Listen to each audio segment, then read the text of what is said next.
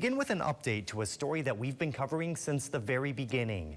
In Raleigh County, many current and former inmates at Southern Regional Jail can now file a claim as part of a $4 million settlement agreement. That settlement agreement is in relation to unconstitutional conditions at SRJ in Beaver. On July 19th, a U.S. federal judge gave preliminary approval to the settlement, which is the result of a class action lawsuit filed on behalf of the inmates at the jail by Beckley attorney Stephen New. A hearing on the settlement is going to be held on October 25th at 12:30 p.m. in Beckley Federal Court. The settlement affects anyone who was an inmate between September 22nd of 2020 and July 19th of this year.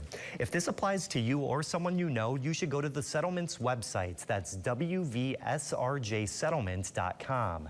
Again, that's wvsrjsettlement.com to file a claim. You can also call 1-888-398-7011 to file. And of the nearly 7,700 inmates eligible, around 1,200 have already filed their claims.